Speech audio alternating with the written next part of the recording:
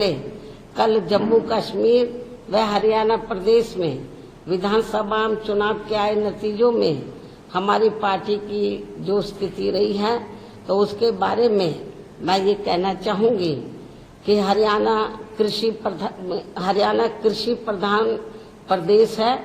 यहाँ कृषि से जुड़े खासकर जाट समाज के लोग बीजेपी की केंद्र व राज्य सरकार की भी किसान विरोधी रही नीतियों व कार्यशैली आदि से कतई भी खुश नहीं रहे हैं और अभी भी खुश नहीं हैं, जिसकी खास वजह से ही बीजेपी को सत्ता में आने से रोकने के लिए इस बार जाट समाज का अधिकांश वोट कांग्रेस पार्टी को ही चला गया, जिससे फिर इनेलो व बीएसपी के बने गठबंधन को भी इस समाज का वोट एक आधी सीट को छोड़कर लगभग ना के बराबर ही मिला है। लेकिन इनकी जातिवादी मानसिकता की वजह से जाट समाज का वोट बीएसपी उम्मीदवारों को तो बिल्कुल भी नहीं मिला है, जबकि बीएसपी का दलित बेस वोट पूरा का पूरा इनेलो के उम्मीदवारों को ट्रांसफर हुआ है। इतना ही नहीं बल्कि श्री चौटाला परिवार से जुड़ा जाट समाज का भी वोट इनमें आपस में फूट होने की वजह से फिर इसका भी ज्यादातर लाभ बीजेपी को ही मिल गया है। वहीं दूसरी तरफ गैर जाट समाज का वोट भी इनकी इस लड़ाई में अधिकांश बीजेपी को ही चला गया, जिससे यहाँ बीजेपी को फिर से अपनी सरकार बनाने का मौका मिल गया है। कहने का तात्पर्य यह है कि इस बार हरियाणा प्रदेश का ये चुनाव जाट व गैर जाट समाज में ही बंटकर रह गया और इन सब से फिर बीएसपी को काफी नुकसान हुआ है।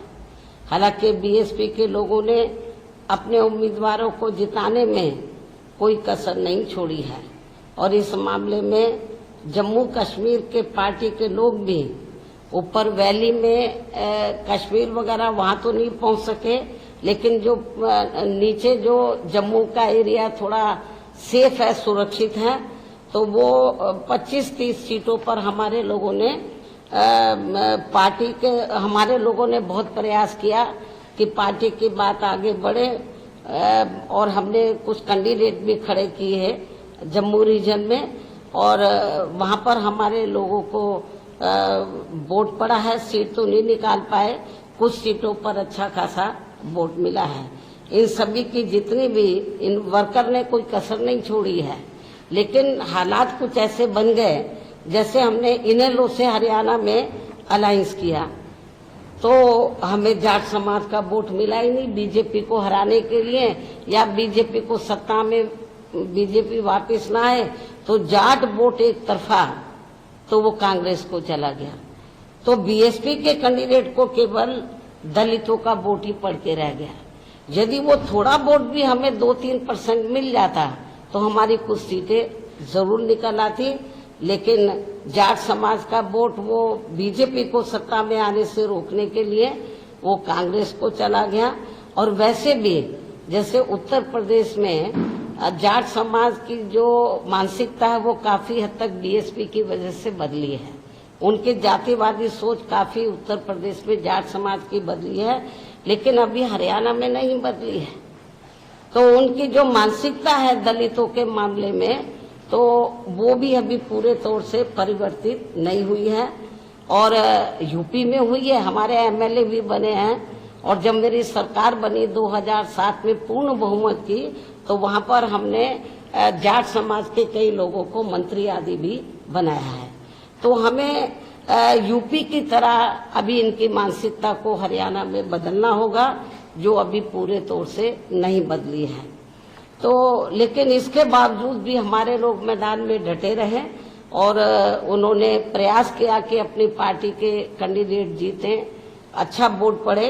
इसके लिए मैं जम्मू कश्मीर व हरियाणा प्रदेश में जो पार्टी के लोग हैं उनकी मैं बहुत बहुत आभारी हूँ। इसके साथ ही यहाँ मैं ये भी बताना चाहती हूँ, ऐसी ये स्थिति जो अभी आई है खास तौर से हरियाणा में, ऐसी ये स्थिति आगे भी पैदा हो सकती है। इसलिए अभी से ही हमें यह अपनी रणनीति में भी अब हमें थोड़ा बदलाव करना होगा। क्या करेंगे वक्त आने पर आप लोगों को बता दिया जाएगा। इस प्रकार से इन सब बातों को ध्यान में रखकर अब हमें दिल्ली में यहाँ जल्दी ही होने वाले, महाराष्ट्र में भी होंगे वैसे तो चुनाव और झारखंड में भी होंगे, हम इन तीनों स्थानों पर चुनाव लड़ेगी हमारी पार्टी। तो खास तौर से क्योंकि मैं दिल्ली में प्रेस ले रही हूँ और यहाँ पर मैं आप लोगों के बीच में हूँ, मान्यवर श्री कांशीराम जी को मैं अपने श्रद्धा सुमन अर्पित करने आई हूँ, क्योंकि यहाँ मान्यवर कांशीराम जी की अस्थियां हैं। उनके आदर सम्मान में यादगार में ये स्थल बना हुआ है। तो जब मैं दिल्ली में रहती हूँ तो मैं यहाँ जरूर आती हूँ। तो इसलिए जब मैं इधर आई हूँ तो मैंने सोचा मीडिया के लोगों से बहुत दिन से बात भी नहीं हुई है, तो दिल्ली के मीडिया के लोग नाराज ना हो जाए कि बहन जी हमें महत्व नहीं देती है। तो मान्यवर श्री कांशीराम जी की पुण्यतिथि के मौके पर तो मैंने सोचा कि मैं आप लोगों को अपनी बाइट दे दूं इस मौके पर और आप लोगों से मिल भी लूं। इस प्रकार से इन सब बातों को ध्यान में रखकर अब हमें दिल्ली में, खास तौर से मैं दिल्ली की बात कर रही हूँ, हमारी पार्टी महाराष्ट्र में भी चुनाव लड़ेगी असेंबली का, झारखंड में भी लड़ेगी, वहाँ हम लोग जी जान से लगे हुए हैं। दिल्ली देश की राजधानी है, यहाँ पर भी हमारा पूरा प्रयास रहेगा कि हमारी पार्टी बेहतर रिजल्ट लाए।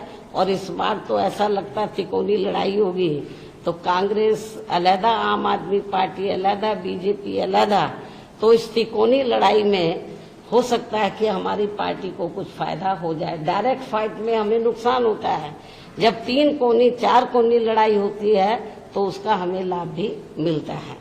तो इस प्रकार